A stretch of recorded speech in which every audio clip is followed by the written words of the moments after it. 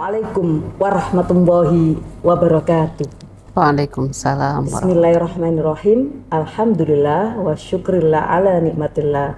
La haula wa la quwata illa billah, amma ba'du. Selamat datang pemirsa di podcast PC Muslimat NU Sidoarjo, podcast yang penuh dengan hikmah dan bermakna. Bertemu dengan saya kembali, Nur Azizah selaku host pada hari ini. Pemirsa, sebelum obrolan kita mulai terlebih dahulu, kita awali dengan yel-yel Muslimat NU agar hari-hari kita bisa termotivasi. Muslimat NU bersatu. Muslimat NU maju. Muslimat NU jaya. Luar biasa. Terima kasih pemirsa yang berbahagia. Podcast kita kali ini bertemakan memperingati Hari Santri Nasional tahun 2024 dengan narasumber yang luar biasa. Beliau adalah Ibu Dr. Hajah Nurul Asiyah Nadifah MHI. Beliau saat ini menjabat sebagai Wakil Ketua 1 Pengurus Muslimat NU Cabang Sidoarjo. Selain aktif di organisasi Muslimat, beliau saat ini juga aktif di akademisi kampus yakni UIN Sunan Ampel Surabaya sebagai dosen dan wakil dekan. Agar kita semakin dekat dengan beliau, kita sapa terlebih dahulu. Bagaimana Ibu kabarnya hari ini? Alhamdulillah, baik-baik saja. Di tengah-tengah kesibukannya yang luar biasa, bagaimana bisa membagi waktunya? Ya, alhamdulillah kalau kita punya niat itu, Allah pasti menata waktu-waktu kita. Cukup untuk yang lain-lainnya. Luar biasa, dengan kesibukannya yang luar biasa, banyaknya, tapi beliau bisa membagi waktu dan selalu semangat untuk berjuang di Muslimat NU. Baiklah pemirsa, terkait dengan peringatan Hari Santri Nasional itu berawal dari keputusan Presiden Republik Indonesia tahun 2015, yakni Kepres nomor 22 tahun 2015 yang telah menetapkan tanggal 22 Oktober ditetapkan sebagai peringatan Hari Santri Nasional. Pemirsa, perlu diketahui bahwa santri itu identik dengan pesantren. Saat ini menurut data yang kami ketahui ada 32.000 lebih pesantren yang ada di Indonesia. Untuk lebih jelasnya apa itu santri dan pesantren dan kontribusinya untuk agama, masyarakat dan bangsa seperti apa, mari kita tanyakan kepada narasumbernya yang sangat kompeten di bidangnya. Terima kasih Bu Azizah ya. Ibu bisa mungkin dijelaskan terlebih dahulu apa itu Hari Santri Nasional dan bagaimana sejarah peringatannya. Iya. Terima kasih Bu Azizah. Kita ini santai saja ya karena ini ngobrol, obrolan sesama santri.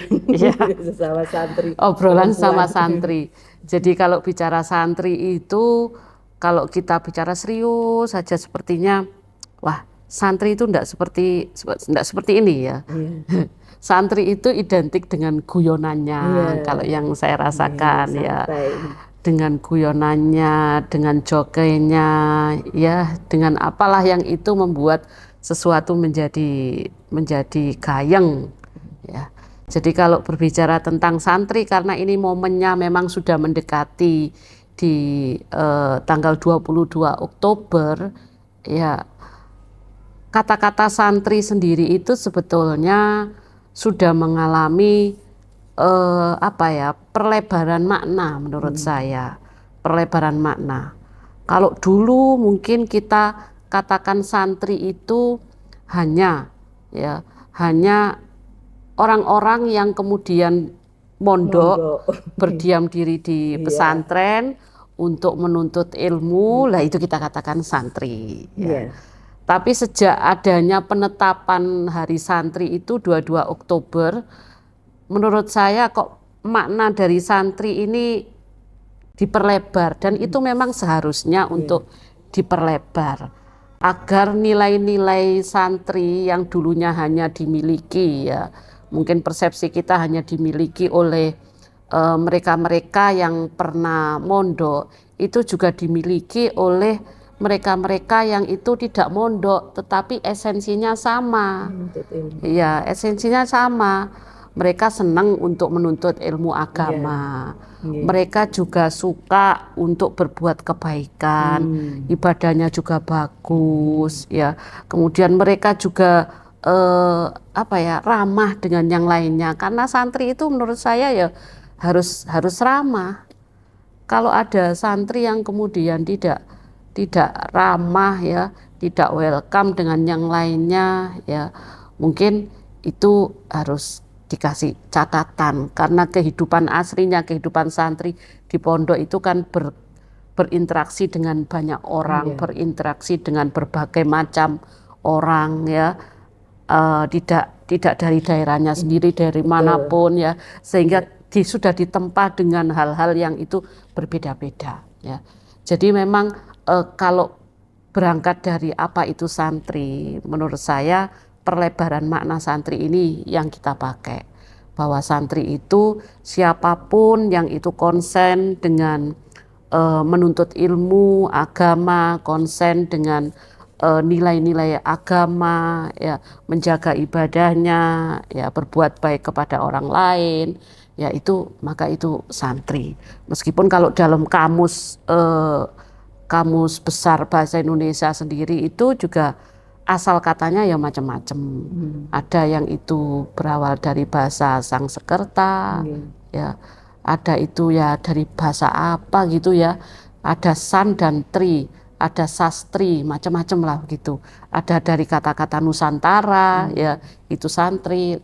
Tapi semuanya itu mengerucut pada siapapun yang itu mau menuntut ilmu agama, konsen pada menuntut ilmu agama, konsen pada ibadah, ya, berbuat baik lah, itu santri. Ya. Baru tahu ya bahwa konotasi atau makna dari santri itu ada perluasan ya makna. Kalau dulu itu santri hanya mondok, sekarang itu semua orang yang berbuat baik, konsen terhadap menuntut ilmu dan ibadahnya baik itu juga termasuk santri. Dari masyarakat umum yang dikategorikan santri dengan makna yang luas seperti itu, apa kira-kira efek atau makna penting Hari Santri yang diperingati di tanggal 22 Oktober itu menurut Ibu? Terutama bagi kalangan pesantren, kalau kita adalah orang yang dikatakan santri adalah orang umum yang ibadahnya bagus, menuntut ilmu, berbuat baik, itu maknanya apa bagi dirinya atau bagi masyarakat dengan adanya peringatan Hari Santri? Ya memang peringatan Hari Santri itu sejak ditetapkannya tanggal 22 Oktober sebagai Hari Santri, itu sepertinya peringatannya kan diperingati secara rame, ya, gegap gempita dimanapun, di sekolah-sekolah yang berbasis Islam, ya, apalagi di pondok, di kampung-kampung pun juga seperti itu. Nah, ini kan merupakan budaya baru, budaya baru yang menurut saya secara pribadi itu bagus, ya, bagus. Kenapa? Karena untuk mengingatkan masyarakat akan nilai-nilai baik, ya, nilai-nilai baik sebagai seorang santri, ya. Bukan kemudian kita tidak menutup mata bahwa santri pun itu bisa berbuat jelek itu, dan ada, ya, ada ya, yang mondok pun tidak kemudian seluruhnya baik juga, enggak, ya.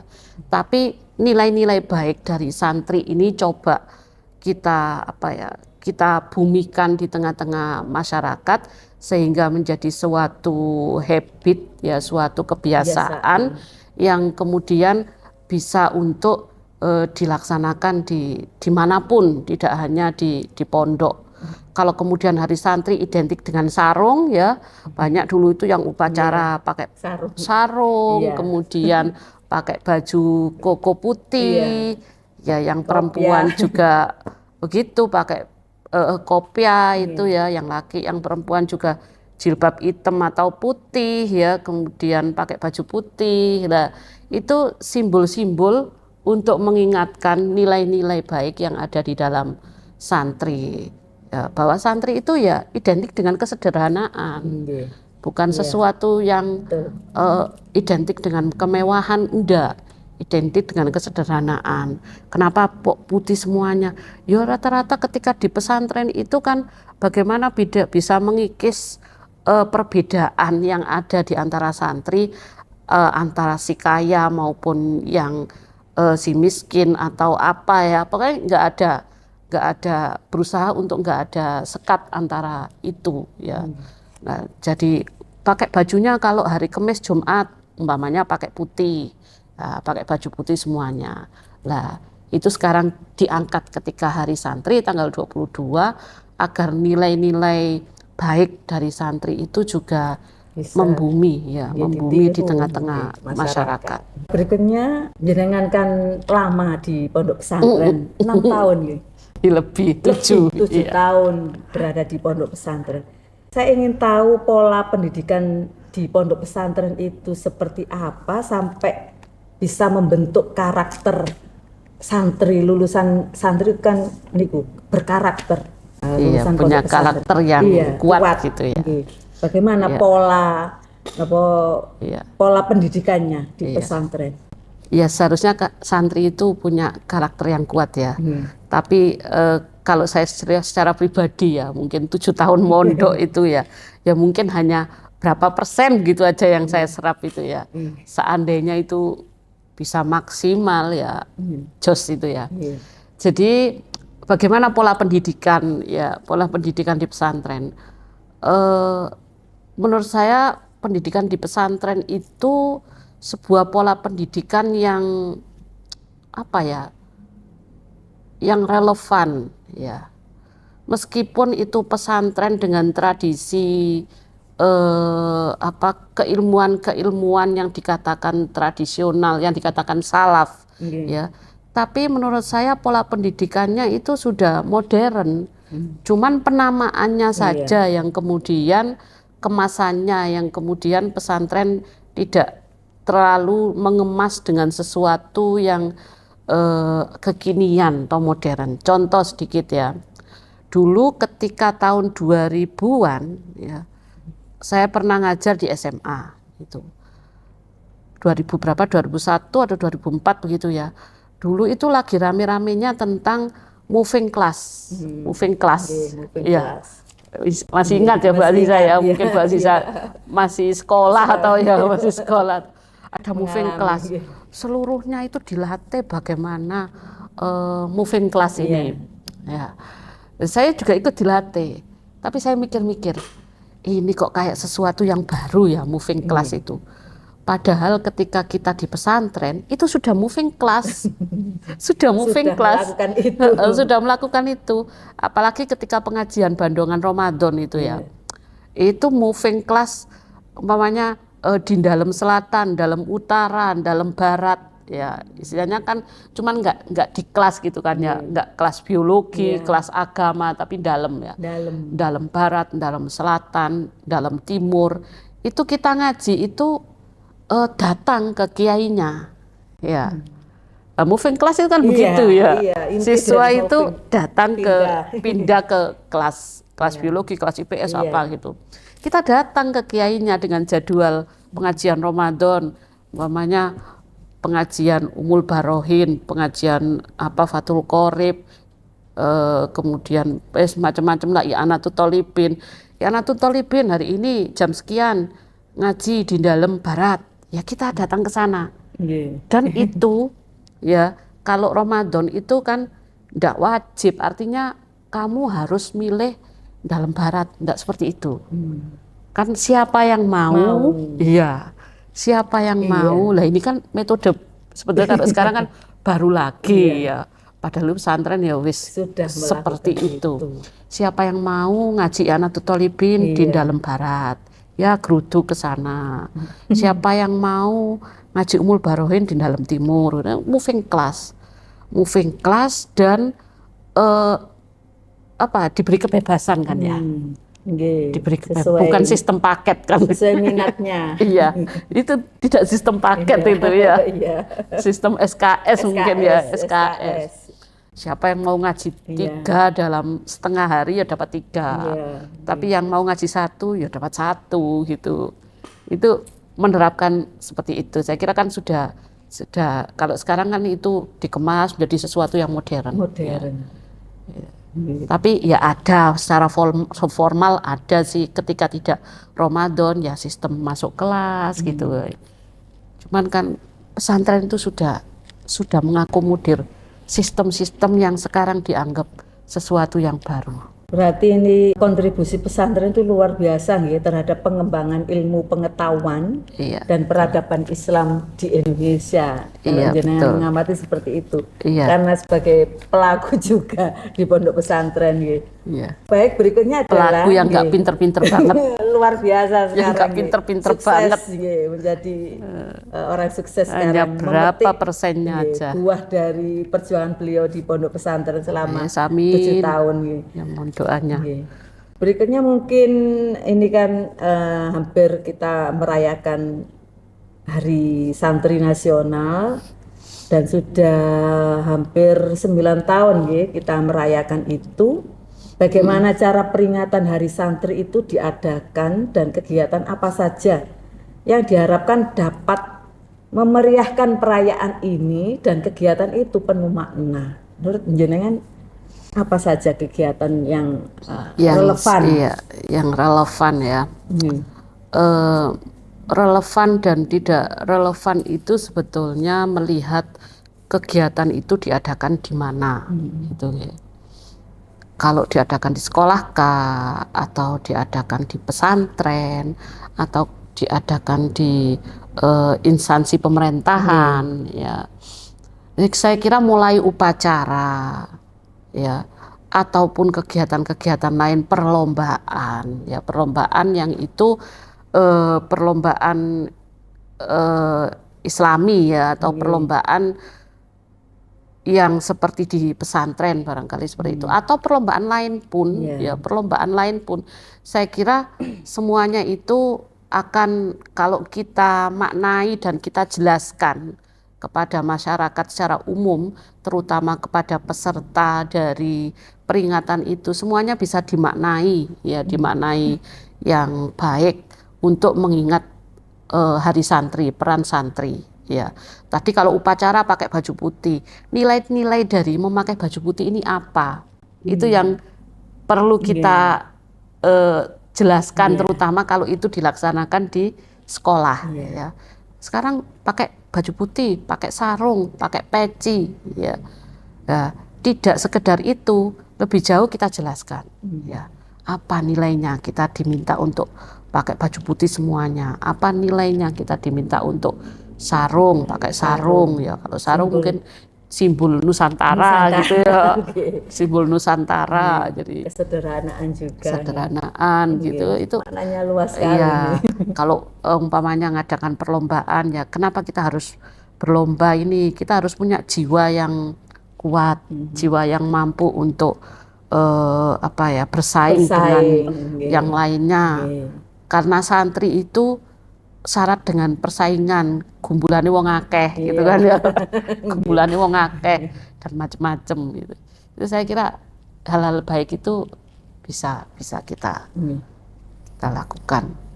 Jadi untuk mengisi dan merayakan Hari Santri Nasional bisa dengan lomba, upacara, kirab atau seminar bisa.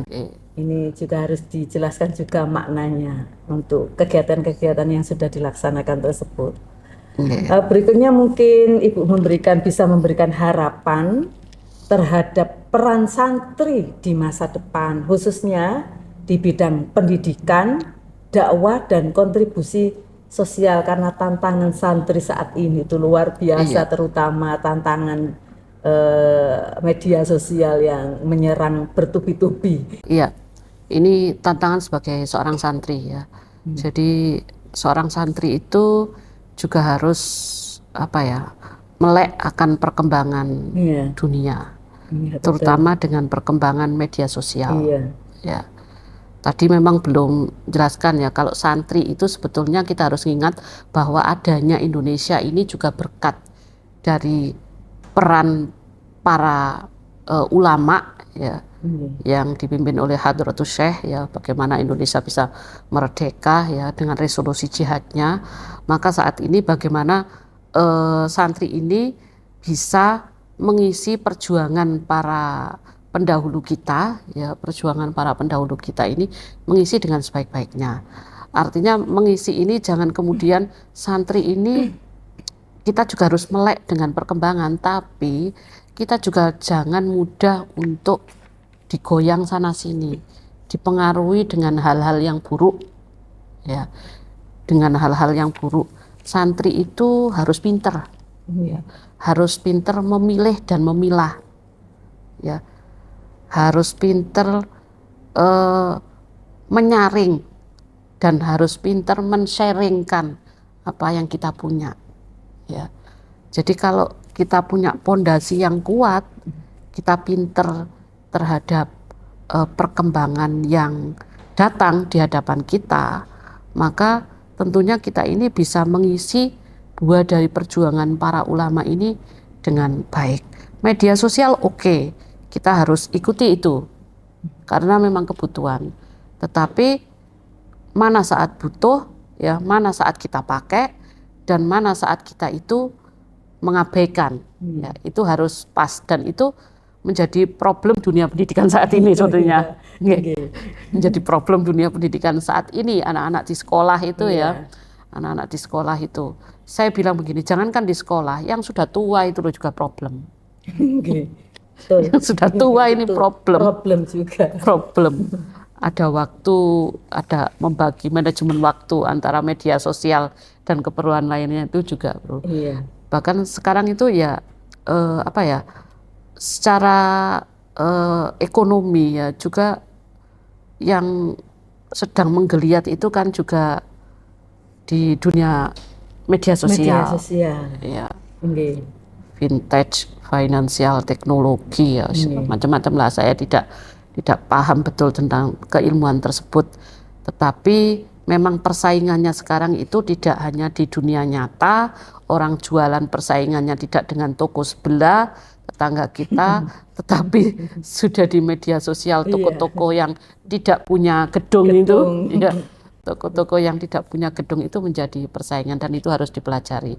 Dan sekarang di media sosial juga saya kira cukup banyak ya dipenuhi oleh ning-ning dari banyak sekali ning-ning yang keilmuannya mumpuni, kemudian juga enak dipandang, cantik-cantik, cantik-cantik, enak dipandang, menguasai media sosial. Iya, alhamdulillah ya. Kalau secara akidah memang kita harus membentengi ya, banyak akidah-akidah yang kemudian itu berlabelkan Islam ya, tetapi kita juga harus memilah mana yang sesuai dengan akidah kita, sehingga tidak gampang katut aliran-aliran yang tidak jelas itu. Ini pertanyaan terakhir terkait dengan organisasi kita ya di Muslimat ya. Apa pesan Ibu agar ibu-ibu Muslimat NU ini menjadi garda terdepan dalam mendorong generasi muda Indonesia, khususnya santri, dalam menjaga nilai-nilai keislaman dan kebangsaan? Melihat ibu-ibu muslimat itu sudah luar biasa. Ibu-ibu muslimat itu punya semangat yang membara, tak kenal lelah. Tak kenal lelah semangat. Tak kenal lelah. Kalau tadi Bu Aziza mengatakan saya banyak kerjaan ya, banyak aktivitas, ibu-ibu muslimat itu lebih banyak aktivitasnya lagi, dan memang tak kenal lelah. Sakit itu tidak dirasakan ya, kalau umpamanya sakit itu tidak dirasakan demi untuk mensukseskan kegiatan muslimat. Nah, perannya bagaimana? Ibu-ibu muslimat ini adalah ibu-ibu yang secara organisasi sudah mapan. Bagaimana ibu-ibu muslimat ini bisa membentuk generasi ya, generasi yang siap ya, yang siap di kancah perduniaan saat ini. Ya, kalau mungkin ibu-ibu muslimat sendiri kan rata-rata umurnya sudah di atas 50, tapi 50 itu kan belum tua ya sebetulnya. Di atas 60 itu juga banyak. Ya. Bagaimana ibu-ibu muslimat ini bisa menciptakan generasi melalui keluarganya, melalui bidang-bidang yang itu bergerak di dunia pendidikan ya. Kita punya IGTKM ya, punya Minu Pucang ya. Bagaimana generasi-generasi itu mendapat sentuhan dari tangan-tangan ibu muslimat agar menjadi generasi Islam, generasi Nahdiyin ya, yang pinter ya, yang bisa beradaptasi dengan perkembangan saat ini. Itu dari sisi pendidikan. Dari sisi ekonomi juga muslimat itu harus lebih mandiri. Sekarang sudah mandiri, tapi bagaimana bisa lebih mandiri ya, bagaimana ibu-ibu muslimat ini bisa menciptakan lapangan, kalau lapangan kerja mungkin terlalu jauh ya, tapi menciptakan perekonomian diri sendiri secara mapan ya. Itu masuk dalam program ketahanan keluarga, mungkin ya ada di situ secara mapan dengan pelatihan-pelatihan yang itu bersifat penguatan ekonomi. Dan itu sebenarnya sudah dilakukan. Sudah dilakukan. Berarti peran muslimat itu sebenarnya sebelum ditetapkan Hari Santri itu sudah luar biasa dalam mendorong generasi muda, khususnya santri, untuk menjaga nilai-nilai keislaman dengan kegiatan kajian. Terus syiar-syiar di muslimat itu juga luar biasa di masyarakat. Ini adalah bagian dari menjaga. Kalau berbicara perannya dulu ya luar biasa ya. Kalau perannya dulu itu ya pendiri-pendiri muslimat itu ya yang berjuang. Nah makanya kalau sekarang itu maresnya Hari Santri itu kan santri taat pada kiai. Iya. Santri taat pada kiai. Ya kalau kita maknai ya kiai dan bunyai. Iya. Kiai dan bunyai. Karena peran bunyai itu ya nggak bisa dinafikan. Ya. Itu di mana-mana pesantren pun ya keberhasilannya itu juga tidak hanya pada Pak Yai ya, tapi juga dorongan kuat dari bunyai, peranan kuat dari bunyai juga. Ya. Terima kasih. Pemirsa, itulah tadi obrolan kita yang bertemakan tentang peringatan Hari Santri Nasional 2024. Kita semua tahu bahwa santri itu bukan hanya soal sarung, peci atau kitab-kitab, tapi tentang jiwa-jiwa yang tak kenal lelah untuk memperjuangkan ilmu, agama, dan bangsa. Mereka adalah simbol keteguhan, kemandirian, dan semangat untuk melakukan perubahan. Mari kita lakukan atau kita laksanakan jejak perjuangan mereka dengan berani bermimpi besar dan mewujudkan cita-cita seperti kata pepatah, dari pesantren lahirlah sebuah perubahan. Demikian pemirsa podcast kita kali ini, semoga bermanfaat. Saya selaku host mengucapkan terima kasih pula kepada narasumber kita, Ibu Dr. Haja Nurul, atas waktunya.